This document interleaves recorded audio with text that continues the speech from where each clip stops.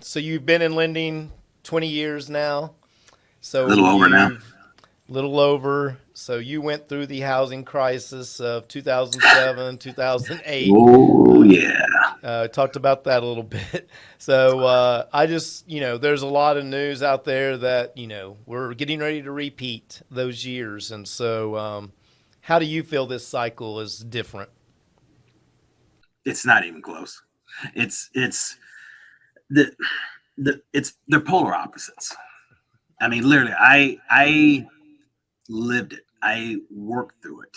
I mean, then we were giving 100% stated income investor loans out. You can't even get 100% stated owner occupied loans today. You can't even get 100% stated anything loan today. Period. Today, it's all about you got to prove old school banking that you can make the loan. Back then, you just basically had to check some boxes. I like to say it: if you had a pulse, you could still sign the papers. It didn't matter if you had one foot in the grave. If you had a will to go buy a house, there was a loan program to get you into a loan back then, and they didn't care. I mean, it was just a matter of all about getting you into a loan. And the mindset then, based on the way all the way the rules were changed and the government emphasis on increasing home ownership, all the rules were stripped back, and the initial plan was good, and the initial plan was working. The problem was all the rules were stripped back, and then once banks and lenders realized, oh crap, this is actually working, they expanded the box, and it's like, wow, this is working. And they kept expanding it and expanding it and expanding it.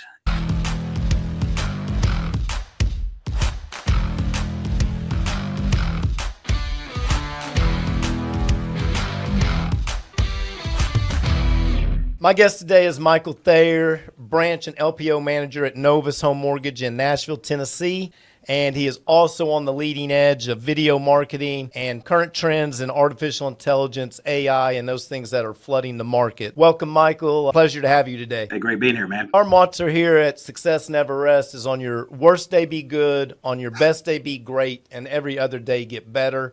We've been on many group coaching calls together, so I get to Yep. hear your input in these calls. And so I know that this is something that you live by, even though you probably don't go by success never rests. But I have a feeling that you do your best in every single moment. That's why I have you here today, interested in getting into what you're doing. So let's get started. Let's do it, man. All right, man. Well, I'm a big believer that we're the product of the 5 people we surround ourselves with daily.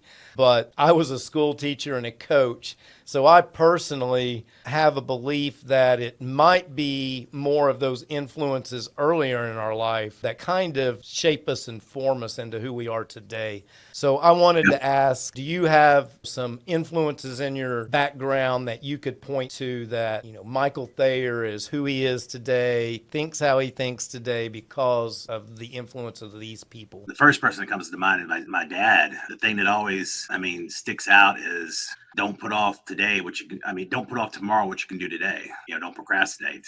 And my work ethic comes from that. And before I got into mortgages, I was in logistics coming out of college, and just a lot of operational background and just climbing the corporate ladder. I had several influences with key guys there, and it was just very structured on what you do, and basically don't sweat the small stuff because it's all small stuff, and you just got to break it down and put it all in perspective. And a lot of that, came from dad, and it all got channeled through the corporate stuff. But that's really where it all started. And then it all crazy how it all applies towards real estate and mortgages, and then you can always find a way to apply it towards everything in life. Yeah. I know when we talked last week, kind of a little pre-interview, we talked about I was a high school coach, and I believe that high school athletics has a lot to do with how we think and do things later in life. So did your athletic career in high school? I know it was a rough one. We talked, you had several surgeries and things. You might talk Yeah. about, about that a bit, but, did that athletic career in high school influence you, later down the road? Yeah, I mean, I think playing team sports teaches you a lot of stuff, and I think I started when I was either in first or second grade, you know, playing baseball and then soccer, and then eventually went to football at third grade, and then that's pretty much what I stayed with. I wish I played or stayed with baseball longer, less physical, not as hard on the body. And the crazy thing is I never got hurt. Um, Playing football. It was wrestling in high school. Sorry, I should have muted my phone there. It wasn't football that hurt me. Of all things, it was wrestling. And it was a practice, messing around with a guy that was half my size and blew out my knee. But it's one of those things that just it's fluke. But I was fortunate enough to be on a championship team and grade school. I think it was sixth grade or whatever. Um, it was right around when Chicago Bears won the Super Bowl, and they did their Super Bowl shuffle. So we did our Saints, at St. Edwards. So we did our Saints shuffling crew. So we all got dressed up, and we had our jackets on, our hats, and our glasses, doing all these little raps and up on the stage. And I mean, it was fun, but we didn't have a clue what we were doing. But we looked like we were a bunch of hip, cool little kids on stage, even though we didn't have a clue what we were doing. But yeah, I mean, it's fun, man, because it teaches you how to work as a team, and it's not all about you. And it's if you don't have all 11 in football doing their assignment, it doesn't matter. So Yeah. that all applies towards life going forward with mortgages and real estate because it's a complete collaboration. It's just not one person that makes everything work. There's a whole team of people behind the scenes that have to work together in order to get a transaction to closing on time. Exactly. Exactly. Yeah. Team sports, I do believe, teaches so much about, working together, collaborating, the wins and losses. Mhm. Definitely real estate and mortgage. We suffer probably a lot more L's than we do W's. So having that mindset from athletics, I think, definitely could help anyone. But So, you got to have the losses to appreciate the wins. yes, exactly, exactly. Another thing I wanted to ask you is, from your background, is when did Money Man Mike come into play? Uh, and then we might get into more of it later. That came from a realtor here in Nashville, um, Delette uh, Rinkhorn. She's actually changed her name since, but she was with Coldwell Bankers at the time in Hendersonville, Tennessee. And she had a marketing background. And she just one day just spit out Money Man Mike. Mike takes care of the money. He gets the money taken care of. Money Man Mike. And it stuck. I mean, it just stuck. And she had a white Range Rover and she had it zebra striped. Oh, And she was like, I'm wild about real estate. I mean, she was just brilliant with marketing stuff. yeah, And yeah. that's where it came from. And Oh, it just has stuck. And I've stayed with it and toyed with it back and forth. And it just fits. And, I there's parts of it that I like, there's parts I don't like, but it's people think it's about me being flashy. It's got nothing to do with that. It's just about me helping people utilize real estate to go make build wealth to yeah. make money. And then at the same time, you need money to go buy a house. Money Man Mike, and that's what it's all about. Well, I think the best part of this story is somebody else gave you the tagline. You Totally, didn't sit totally. around and you didn't sit around and think of the No, tagline. They're I always cannot take best. credit for that. They're always best when they come from others. So, Absolutely. all right. Well, you are currently the branch and LPO manager at Novus Home Mortgage. They're in Yep. Nashville. Can you tell me a little bit about that journey? None of us pretty much drop out of mama's womb in our career that we're currently No, in. We generally no. have a journey to get to where we are at. So I wanted to see if you could tell us just a little bit about that journey, how you ended up in mortgage. Oh, that's a crazy journey. I thought I had my dream job in logistics. I really did. I came out of college and was working through college, and climbed the corporate ladder really quickly. Got transferred out to the corporate office and was basically sixth in line from the top CEO of a $2 billion corporation, second in charge of the most profitable entity of our company, doing all of the expedited stuff. And we were working with big companies, IBM, HP, taking stuff all over. I mean, like basically like FedEx and UPS, but full trailer loads of stuff. And basically eliminating warehouse space, putting everything on, airplanes or trailers, and just, I mean, it was cool stuff. It takes a minute to explain it all. We don't have enough time for that. But long story short, over Labor Day weekend, I got a call from my boss that said, "Hey, don't worry about coming back. They just shut the company down." And I was just like, "Do what?" And I was devastated. I just like I enjoyed that job. It was so fun. Every day was a new job. Every day was a new journey. Every shipment was a new puzzle, a new, challenge to get it from point A to point B with the, all the obstacles and hurdles in between. And it was just fun. And I was like, what am I going to do? And I literally took 6 months off. And during that time, some friends who lived in Virginia Beach needed some help to prepare for a hurricane that was coming in. I'm like, I got nothing to do. So I'm literally the only person driving into Virginia Beach when everybody else is a mass exit is out. And we go in there and have a hurricane party. And while we're there, they're like, "Dude, with the way you understand numbers, you would be great in the mortgage business." And that's what they did. And long story short, I was like, I've always wanted to do real estate investing. So one thing led to another. I ended up doing a bunch of extracurricular training classes, because at the time you didn't have to do anything to get licensed. It's like pay $100, boom, you got a license. But I did a bunch of additional stuff because I really wanted to learn how to do it and be good at it. And that's it, man. I mean, it was a stroke of luck. I didn't know anything about it, and got in there, jumped in, and immersed myself with everything. And here we are 20 years later. Perfect. Well, staying on this mortgage topic, what do you find to be the biggest myth that first-time home buyers kind of psych themselves out about that's really, not a truth? A couple, actually, that you need 20% down. You actually need zero. You can buy a house with zero money down. The 20% comes in there and gets confusing, because a lot of people confuse that, because the 20% gets you out of paying monthly mortgage insurance. That's where that comes in. The mortgage insurance is a necessary evil if you don't have 20%.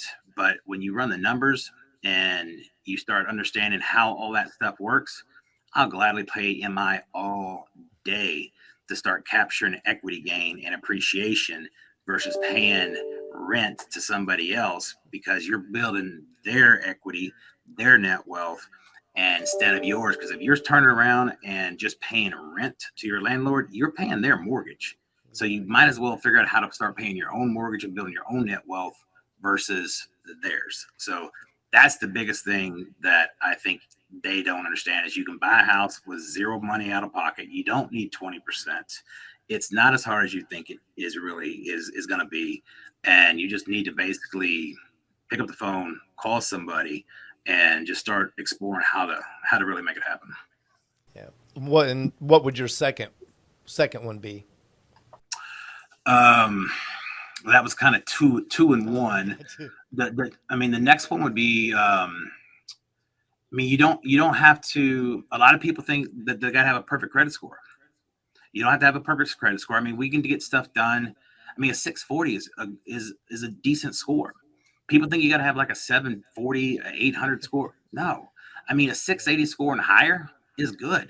I mean, if you got a 740 score or higher, you can pretty much get whatever you want. Yeah, if you had a 720, a 700, you can still do whatever you want.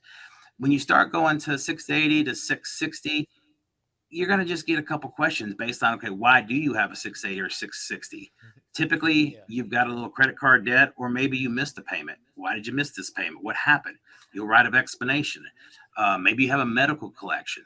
That kind of stuff. There's rules and regulations about that not counted against you, but at the Mm, same time, it depends on what's out there.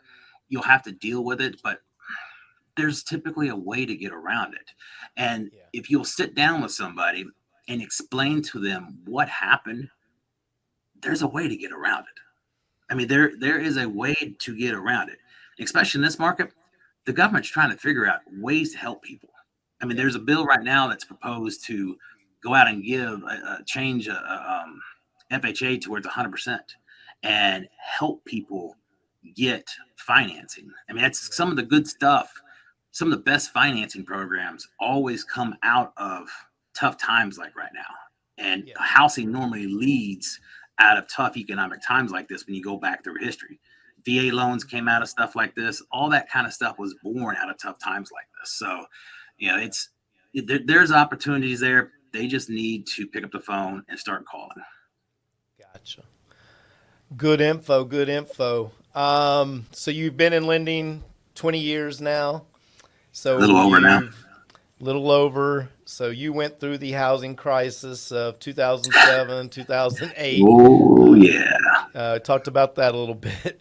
So I just, there's a lot of news out there that, we're getting ready to repeat those years. And so how do you feel this cycle is different? It's not even close. It's the they're polar opposites. I mean, literally, I lived it. I worked through it. I mean, then we were giving 100% stated income investor loans out. You can't even get 100% stated owner occupied loans today. You can't even get 100% stated anything loan today. Period. Today, it's all about you got to prove old school banking that you can make the loan. Back then, you just basically had to check some boxes. I like to say it: if you had a pulse, you could still sign the papers. It didn't matter if you had one foot in the grave. If you had a will to go buy a house, there was a loan program to get you into a loan back then, and they didn't care. I mean, it was just a matter of all about getting you into a loan. And the mindset then, based on the way all the way the rules were changed and the government emphasis on increasing home ownership, all the rules were stripped back. And the initial plan was good, and the initial plan was working. The problem was all the rules were stripped back. And then once banks and lenders realized, oh crap, this is actually working, they expanded the box. And it's like, Mhm. wow, this is working. And they kept expanding it and expanding it and expanding it. And that's where the problem came in. And that's where you hear Wall Street and the banks and lenders got greedy, which they did. And that's where the train fell off the tracks and where Yeah. everything went sideways. And you've got none of that now. Right now, you have ability to repay ATR. It's a federal rule that came out of the whole housing collapse. Mhm. We have to prove as a lender you have the ability to pay that mortgage. Period. If you can't, you don't get the loan. That did not exist prior to the housing collapse. There's several rules that did not exist prior to the housing collapse. The subprime market no longer exists. Yeah. I mean, there's so many things you can go through. The housing inventory, it's a complete polar opposite. Back then, Yes. we were overbuilding. People don't realize there was an agreement between HUD, the National Association of Builders, and the National Conference of Mayors to build 1 million new homes over the next 10 years, and they signed it in 1999. And they had already built 180,000 homes in, I think it was the first 2 years, and basically 10% ahead of schedule. Mm. So you want to know why we had so many homes that were hitting the market? They were building it. They were build it and they will come mentality. And the builders that basically survived that, because a lot of them had to file foreclosures and bankruptcy and everything else, and they're no longer in the business. The ones who survived, they'll never build like that again. If you get them off to the side and actually talk to them, they'll tell you they'll never build like that again. They've completely changed their business model. And now we have a housing shortage and a supply shortage, and it continues to get worse. And that's the true current housing crisis. And there is no collapse. People have been calling for foreclosures to skyrocket. That hasn't happened. I mean, there's everything that they've called for hasn't happened, and it's not going to happen. And what people don't realize, our home values are starting to go up. So it's, if anything, people need to go out and buy a house now, because now's the time to buy, when you can buy a house at a discount. Because for the last year or last several years, you couldn't get a discount at all. Sellers wouldn't budge. It was a bidding war. Now you can buy the house at a discount. As soon as the rates drop a little bit more, foot traffic comes back to the market, those sellers are no longer going to give those discounts. We have a saying of marry the house, date the rate. You can buy that house 20, 30, 50, 60, 100 grand below value, so be it. That rate, you can fix that rate in 6, 12, 19, 18 months.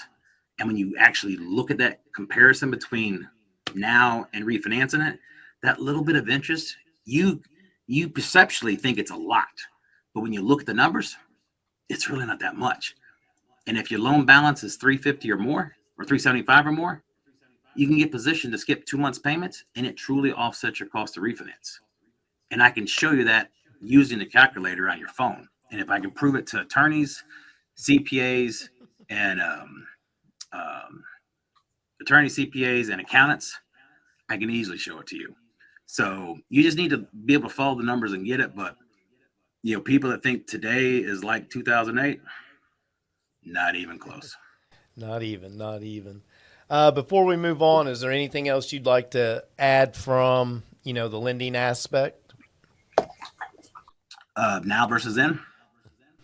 Well, no, just in general. I mean, I think you threw a lot in right there with, you should be buying now. And, but yeah, just, is there anything we haven't, obviously touched on lending that, you feel might be important to speak on right now? Yeah. I mean, I hear people say, well, I'm waiting until rates go back down to 2 or 3%. Well, you're effectively waiting for another COVID to happen, or you're waiting for another 9/11, God forbid, to happen, or, some major event like that to happen. And to try to explain all that and how the dynamics on Wall Street and why rates got to those levels, we don't have time for that on this call. But there's ways. We have a video that explains all that, but you can see and understand why rates got to where they were. And that's because the Fed manipulated the markets. And they'll do that when there's a major economic catastrophe and they're trying to stabilize the markets. And when they do that, they're buying bonds. And when they buy those bonds, it helps drive rates lower. And until some major event like that happens, God forbid China invades Taiwan, that would be something that might drive that situation to happen. Yeah. So you would need something like that to happen to make rates go back down to that 2 to 3% range. I mean, historically, when you look at rates, rates back in 2000 were in the 6-7% range. And people thought that was great because before then they were 8 to 9%. And before that, they were 10 to 11%. So everyone's just been spoiled from the last 10 years because the Fed has manipulated the market because of the economic things that have happened, i.e. COVID and other things. And that's just not the norm. And now we're going to go back to a normal cycle, and normal is basically a 4 to 5% rate. And you might see a little fluctuation, but if you're sitting around waiting for a 2 to 3% rate to come back, don't hold your breath. Yeah, because pretty much the rates we were getting was a culmination of probably, 9/11, COVID, Mhm. What else happened? Something else happened in between there too. There's Oh, the another housing thing. crash. Yeah, you had 9/11, the housing Yeah, crash that's it. 7 or 8 years Yeah, later, and yeah, then yeah, and then COVID. yep, So we had three pretty catastrophic things happen in a 20-year time period, which probably had never yep, happened in history. So yep. well, perfect. Appreciate that. Let's move on now to kind of how we met was on a Academy 18 coaching call, which pretty much deals with video marketing and different things of that nature. So I know you're very passionate about marketing, advertising. Like I said, that's where we met, and we've talked a little bit going back. You actually started your advertising marketing in radio, so I wanted you to tell us a little bit about that journey in radio, what it was like and things. Yeah, I was approached to start a radio show, and I was like, "What do I want to do a radio show for?" And they're like, "Well, you got the voice for it." And I said, "So what's that mean about my face?" It's like everyone, you got a voice for it. So what's that say about your face, man? And they was like, "No, for real. Here's what you got to understand. It's not about the radio." I'm like, "What are you talking about?" And it's like, you want to take it and chop it down and put it on social media. I'm like, "I'm listening." And ultimately, what we did is we would set up two GoPros, one on me and one on whoever was there. And all we wanted from the radio station was the high quality, excuse me, high quality audio to go with our HD GoPros. Hmm. We turned around, gave it to an editor, and he mixed it all together, put in additional video clips, cut it down, and we put it on social media. And that's all we cared about. And when we talked to realtors or whoever, when we were invited to the show, we literally said, "Hey, why don't you come to the radio show?" They're like, "We don't care if we have a listener." And they're like, "It's a radio show. What do you mean you don't care if we have a listener?" It's not about the radio show. Yeah. And that's when we started to educate people about video. And I've seen, I've wanted to do video for a long time. And this was the best way that I could see doing it on a consistent basis. And it worked. But the problem with the radio was trying to deliver the stuff in the manner that we do, because we approach things more as a financial advisor. And this goes back to Yeah. when I got started in business. I learned basically some of the courses I took were like a Series 6, Series 7 for financial advice. So I can sit down and show you things that your average loan officer is not going to do. I will talk circles around your typical person, and they're not going to be able to compete with it. And we just couldn't convey that via the radio. And the whole intention was to try to recreate some of the conversations we have with clients when we're meeting them in the office. So we were in the process of transitioning out and going to a podcast online. And about that time, the market started to blow up. And then COVID hit. And then fast forward to now, um, that's where we're at when we started to relaunch the whole show. Um, and that's taken longer than I ever expected it to, because with the way we're doing it, you can see the green screen back here. Um, it's nearly 8 months that we've been working on the whole relaunch. But it's going to be totally different. Um, the people that we've shown it to, from title attorneys to realtors to consumers, they're like, nobody's doing this. Nobody. And it's it's on a high school level. Um, it's not like a real estate or a mortgage thing. We can sit here and talk to you about inflation, recessions. It's not boring. It's engaging. You don't know you're getting a financial class, but yet you are. But yet you're like, all right, what's about to happen? It's fun.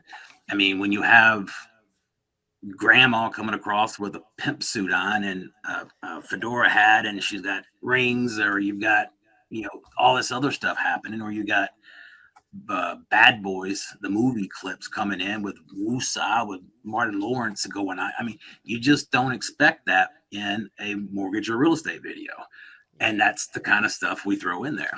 So it's fun, but it has to be because our stuff's boring, man. And we embrace that. I mean, and that's the thing that makes our stuff different. And that's the stuff we couldn't do on the radio because you couldn't see it. And so many people are visual. And that's why we transition to doing what we're doing. And that's part of the reason why we've got the green screen. Gotcha. So your whole intent of the radio was to capture video and high quality audio, obviously, for the social media. What was your aha, many years ago that, getting into video, getting it on social media was kind of the new age of marketing and advertising? Did you see somebody else's? What made you know that's what you wanted to do with the radio show, was tape it and chop it up? There was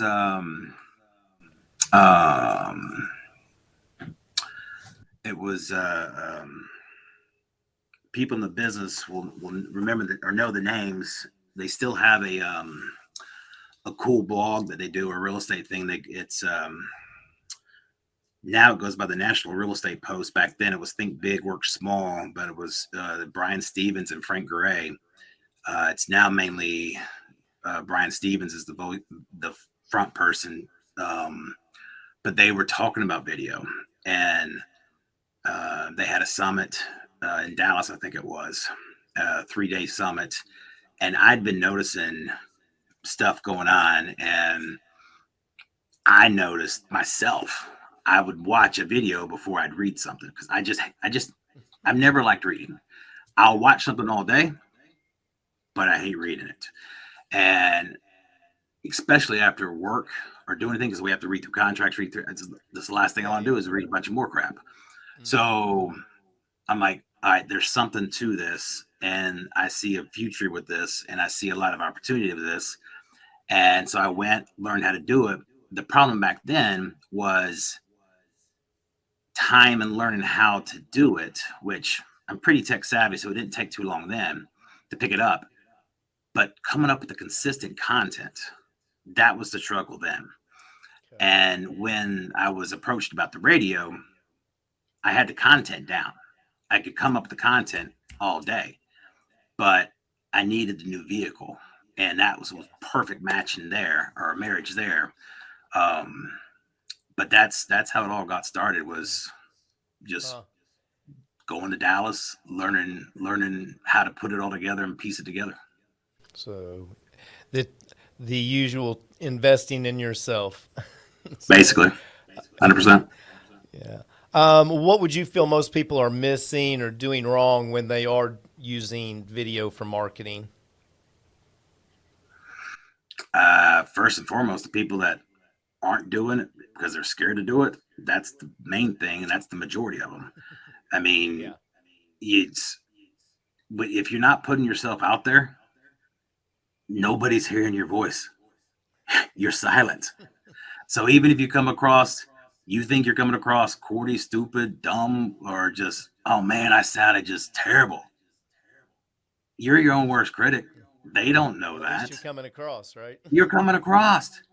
I mean, my wife said something the other day about a friend of ours that we went to school with. She goes, man, watch this. And I was like, and she said, man, my husband's stuff's going to destroy you. And I'm like, you know what?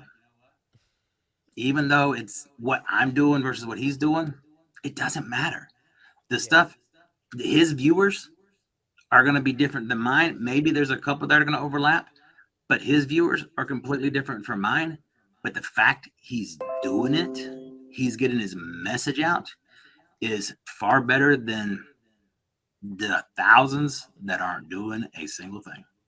Yeah. He's getting at least the message out, and he's getting his voice out, and people are seeing him. And that's the biggest thing. So many people are scared to say, I mean, to get on this camera and talk. I mean, it freaks people out. I mean, heck, when we went to go do the radio, I was terrified.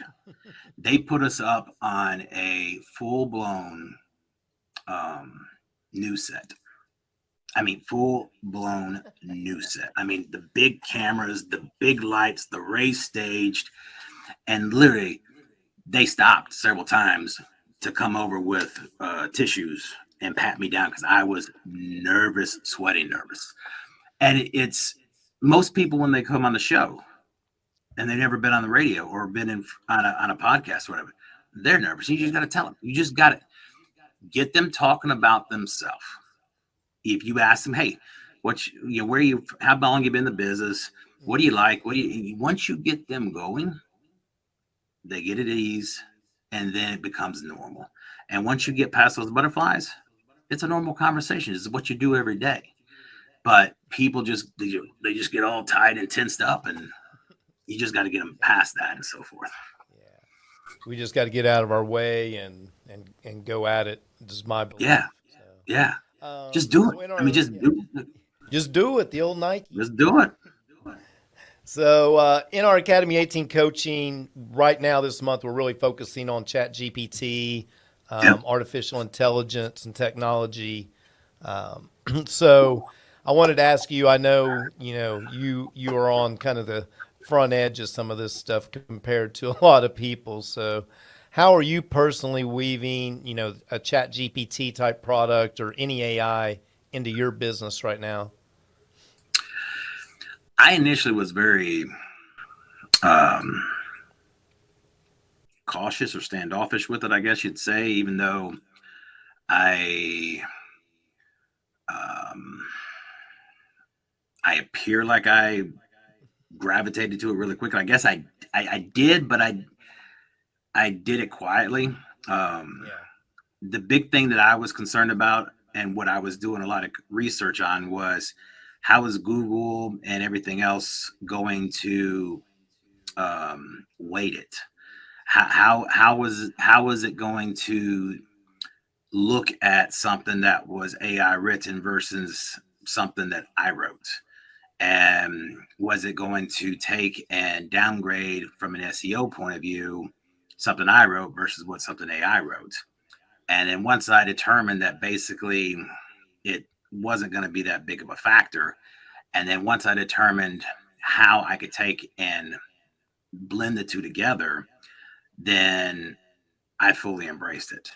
And that's the biggest thing I think a lot of people need to, I guess, come to grips with. And with that being said, I want to say this: with anything, there's good and bad. With this, there's a potential for a lot of bad. I mean, this can do a lot of stuff that, I mean, I don't even think we know how bad some of the stuff can get, which is really scary. And like on our call the other day, she was saying that, we're talking about, the size of what we're talking about is like universe size at this point.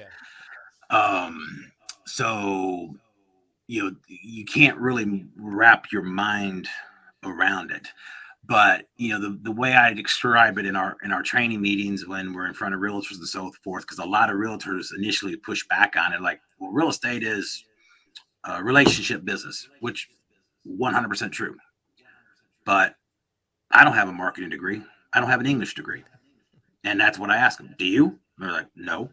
All right. So when I get stumped on a word, or I need to figure out how to take and condense 3 sentences down to one, or I'm reading something, it just sucks, and I just need to rephrase it, and I can go plug it in there and say, give it some commands and say, spit it out a couple different ways.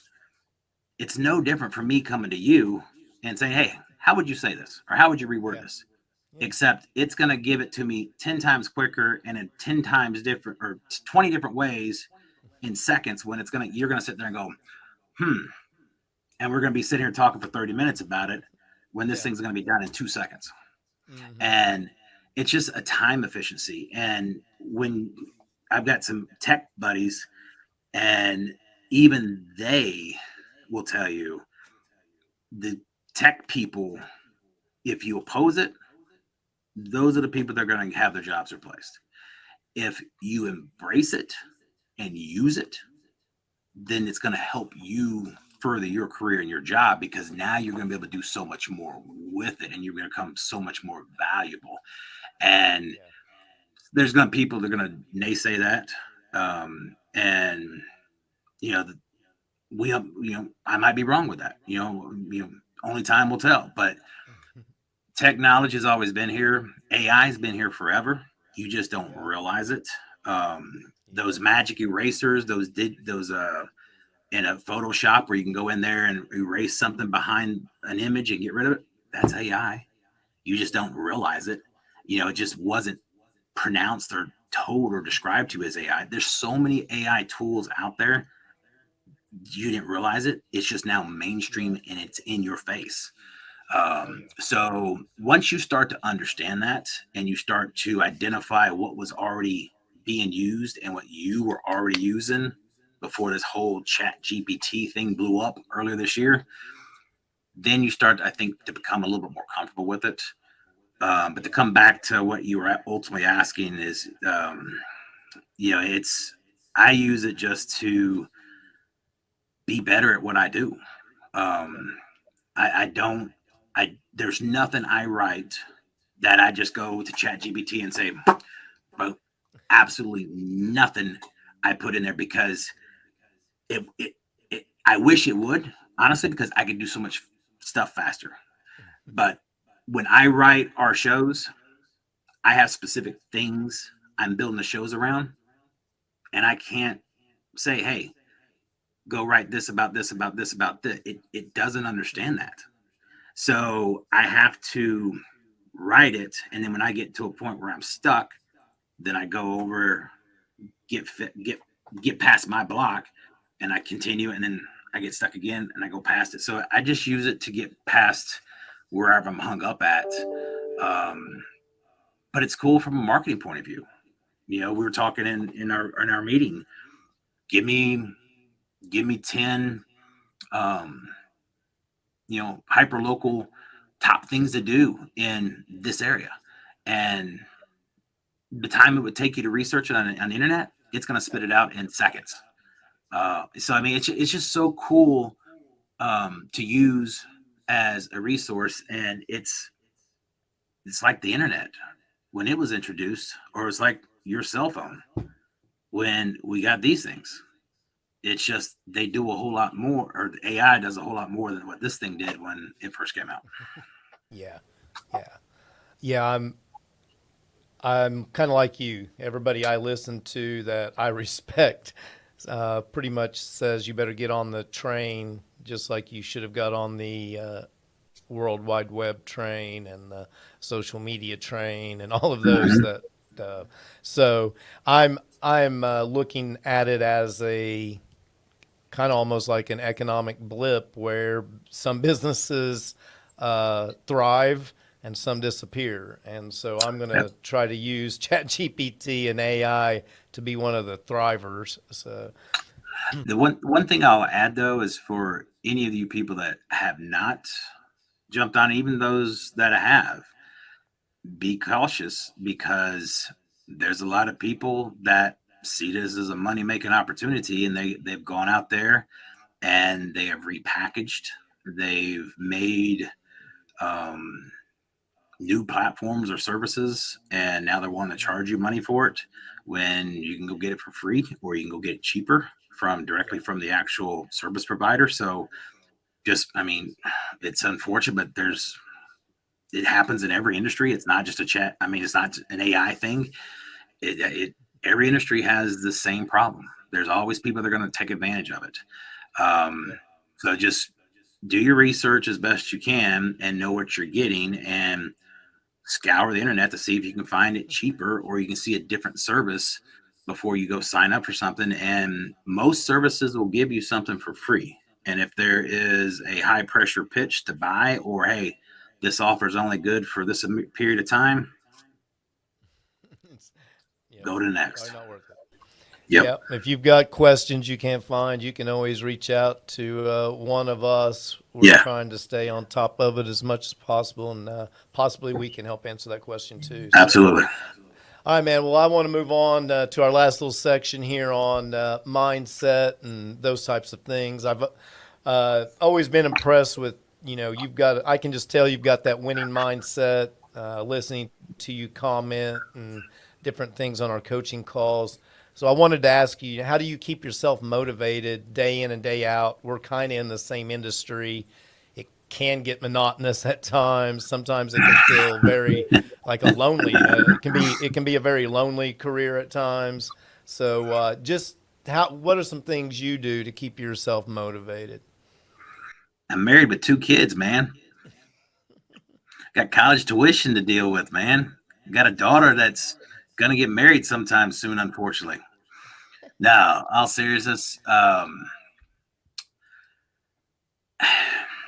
I think just it comes from sports winning. I've got that drive. The one thing that I do go back to a lot, and I when people do ask me, what is it? What's the one thing I do reference this quite often, and it's the guy that got me in the business and started training me basically said, if you'll be willing to do the things that other people are not willing to do, you'll be able to do the things that other people cannot do. And that just basically means if you're willing to put in the work, you'll be rewarded for it. Yeah. And, it's like right now, you know, I bet, and I don't say this to brag or boast, I bet I'm doing 80, 90 hours a week right now. And people are like, what are you doing 80, 90 hours a week on? There's nothing really going on in the business. Well, I lived through the last housing collapse. I tried to get out of the business 3 different times. I was approved to go open an Allstate insurance agency. I just couldn't pull the trigger on it because I could see the market and the real estate market starting to shift and come back. And I was like, why do I want, I put all my time and I've learned all this stuff. Do I want to start all over again? And I really didn't. And I'm glad I didn't. But at the same time, I got tired of going and telling a client, hey, this is the program. These are the terms, blah, blah, blah, blah. Next day, here's a program update. And what I just told them yesterday was no longer available. Yeah. And I had to go back and tell them again. And I got tired of looking like a freaking idiot because the programs were being changed day after day, or they were being discontinued. And it was just one after another, after another, after another. And it was frustrating. But just, it's just, the drive just to win, man. Just to get ahead in this market. Because back then we didn't know what to do. A lot of us really didn't know how drastic it was going to be. There was a little right in the wall because when you're doing 100% finance and stated income on investment loans, at some point something's going to go bad. And it's like, okay, but how bad's it going to go? Or how bad's it going to get? And nobody really understood how bad it was going to get. And then it was like, well, how long is it going to take to correct? And that's just the stuff that nobody understood. And so we're all just kind of sitting there twiddling our thumbs, waiting for the market to come back and just trying to figure things out. People are basically doing the same thing now. And me living through that then, I'm not waiting. Yeah. I have been utilizing this time, researching, doing all this stuff. And when we turn the switch on and let everybody see what we've been working on for the last 8 months, everyone will understand why everyone else that has seen this has been going, wow, holy crap, no one's doing this. And you've been doing for 80 or 90 hours a week, huh? Yeah, because there's a reason why nobody's doing this.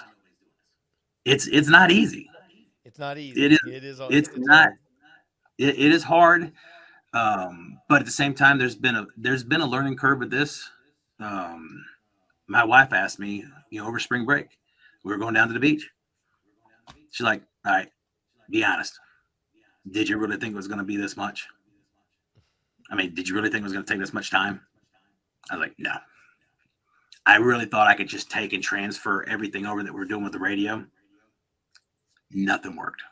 I mean, I thought my GoPros would transfer over. They wouldn't work. I mean, nothing. I had to literally everything I had equipment wise, everything was brand new and nothing worked. I had to figure out how to reconnect and get everything to jive. I mean, down to my camera. There was a setting in the camera to where if it was above one, it was distorted because of how sensitive it is on this particular camera. So I mean, it's just there was such a big learning curve with everything. So um, if I had to do it again, it'd be quicker. But at the same time, there's not too many loan officers or real estate agents out there that are going to come in with it with a huge video marketing background. They're going to be able to just plug and play and duplicate what we've done. Um, but at the same time, it's to go back to the ultimate answer. I kind of got off the weeds there a little bit. Is just it's I want to get out in front of this market and just take advantage of it because we squandered the opportunity last time because we didn't know. So many people are squandering the opportunity this time because they don't know, and I'm not doing it a second time. Yeah. So, I think to sum up, your motivation is to gain market share while everybody else is sitting around twiddling their thumbs waiting for the market to come back. Because I'm doing the same thing, obviously, on the real estate side. Uh, I know there are a lot of people out there twiddling their thumbs waiting for things to happen and interest rates to drop and buyers hit the market again. But I'm doing the same thing, trying to grind and grind and grind every day, so that those people are thinking of me when that time hits. So Yeah, and I apologize. I guess I really didn't summarize that up. I mean, no, you're spot on because in this market going forward, it's it's going to be the survival of the fittest. The only way you're going to grow going forward is you're going to take market share for somebody else. And there's going to be a thinning of the herd, just like we had a thinning of the herd last time. And there needs to be a thinning of the herd. A lot of people think our business is easy. They look at, oh, you just go show a house, or hey, you just go write up some paperwork and then you go to close it and you collect a check. Oh, it's so easy. No, there's so much crap don't see that goes on behind the scenes.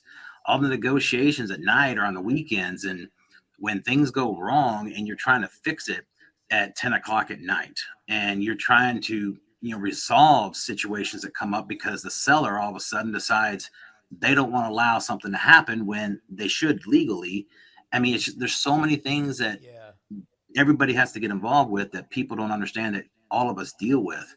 But there's going to be a thinning of the herd on both the real estate side, the lending side, which is going to be a natural, good thing for the industry. But at the same time, for all of us that are putting the hard work now, we're going to get a bigger piece of the pie and we're going to be better positioned going forward. And that's what I'm doing.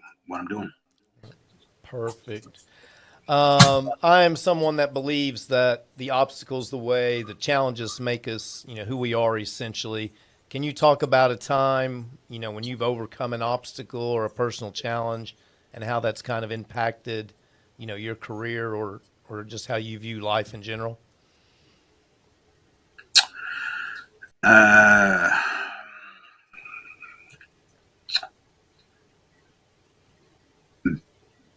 Basically, the two of the things I discussed already. Losing what I thought was my dream job, which ended up being the best thing that ever happened. But at the time, it was devastating. Um, then the housing crisis. Shortly after that, my dad passed. That was hard. Took a while to process that.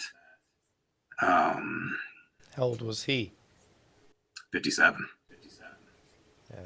I lost my mom when she was 52. So yeah, it's changes your perspective on things. So yeah, we probably Completely. hustle a lot for the same reasons. Yeah, exactly. I've outlived my mother by 4 years now, and I'm a year older than my father was when she passed away. So Yeah, so it, yeah. it, it definitely, you look at things a little bit differently. Um, but yeah, it's just, those would be the three things that I can definitely point to that uh, were key things that totally shaped me, and I could pull so much from, and why I do what I do, how I do, the things I do, and so forth. Well, I see so many people have a loss of a job, a loss of a parent, the crisis within their career, and they just curl up in a ball. They get on a Facebook group that lets them waller in their pity. What kept you from doing? I mean, what do you think kept you from doing that? You had three opportunities to say, fuck it, basically, and and move on. Was it going all the way back to your dad? Because that's probably what I probably think. It goes back to your dad and that influence he had on you to, that work ethic. Yeah, I mean, if he grew up, he was born in Michigan. I was born in Michigan. My family moved down here when I was 3. So when I talk, I've lived all over the U.S. So you get some Southern twang out of me. You get some Northern stuff. You get some West Coast, East Coast. And my wife looks at me sometimes. She's like, "What did you just say?" Because it's all over the board. But he grew up on a farm in Michigan, and he was a farmer's kid, and you know, Grandpa was in the Air Force. My dad went to the Air Force. Um, so I mean, it wasn't like that military, you know, drill sergeant kind of. We didn't have that kind of life, Yeah. but at the same time, there was discipline, and there was things that were expected, and there was, you know, just a lot expected. I mean, it's just there was a lot expected, and it's. I mean, I wouldn't say failure wasn't an option. I never felt like that. Um, but at the same time, if you failed, he was there to coach you up and get you back in the game Yeah. and put you back in the right direction. So, it just, I never, no matter what it was, I was never able to stay down for long. I was always, all right, here's where it went wrong. Here's how we can improve on it. Here's what we learned from it. And here's how we can move forward with it. And because, I mean, we all make mistakes. I mean, we're human. And I don't know how many times it took Alexander Graham Bell to do what he did until he invented. Same thing with, everybody else that invented something. I mean, you just don't get it right the first time. And it's just is what it is. And when you embrace that and you understand that and you understand failure is part of success, I think it makes it easier, and Yeah. you don't let it stress you out. Um, and it's kind of like get on video. You just don't let it stress you out. No one's perfect, and just learn from the mistakes and move on. And that's just what I do. I mean, it sucks. Sometimes some of the mistakes are harder than other ones, and sometimes they hurt harder than other ones. But you just can't dwell on it. The longer you dwell on it, I mean, you can't go back and fix it. So if you can't go back and fix it, don't let it continue to ruin your day going forward. Turn the page, move forward, and go do something better. Yeah. I totally agree. Um, Following up on that, how do you hope to use the success, you've achieved and the things you're doing to, impact your community, your family, and those types of things? I just, leave them in a better situation than, I found it. You always want to do something better for them. And, that's how my mom and dad did for us. And they did for their mom and dad, or grandma and grandpa did for them. And, we're on track to do that. It's just you want to leave a good legacy, and people say, hey, that Michael Thayer, he might have been a hard ass at times, or he might have been, in the office, he just didn't, because sometimes I'm in the office, I don't joke around. I mean, I'm focused. Yeah. But you get me outside the office, and I'll play around, I'll joke and have fun and whatever. But it's just, there's times to work, there's times to play, but it's just, you just want people to like you and appreciate and understand what you were doing for them and helping them, and you want to make a difference in people's lives and them appreciate it. And that's the fun and rewarding thing about this business. And that's the one thing I learned really quickly in this business, was I got into it to learn how to do a real estate investment for me. And I want to say it was like, it wasn't too long in. I have to go back and look, or I did a video on this, and I have to go back and remember what it was. But I want to say it was like 6 or 8 months in, or something short. A family, we helped them get their house. And literally you could hear the kid talking about being able to get the homeroom, walking into their own bedroom, not have to share bedrooms or anything like that. And when you can get your own bedroom versus having to share it with your siblings and stuff like that, and just how big of an impact it made on their life. And then when you can do the same thing over and over and over, and you help a couple buy their dream home, or their dream vacation home, or help pull cash or equity out of a property to send their kid to college, and you're making an impact on people's lives, and you're changing them for the better for futures and generations to come. And when you start to understand that generational impact you're having, I mean, it's crazy. And we've got a saying of creating wealth through real estate, and it gives you goosebumps. Now it's just crazy. It's not just a transaction. I mean, when you really sit down and understand the impacts that we make, it's wild.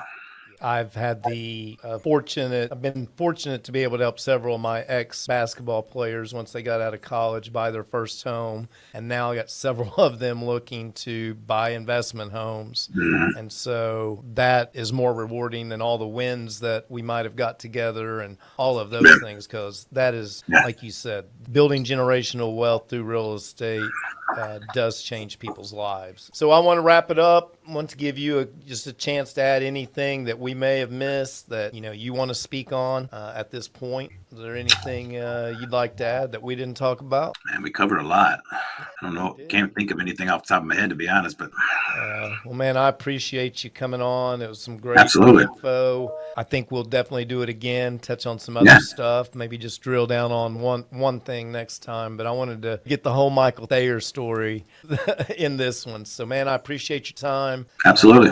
Thank you for having me. Obviously, I'll see you on Wednesday. Have a great Father's Day. It's coming up this weekend. You do the same. So, anyway. You do the same. All right, man.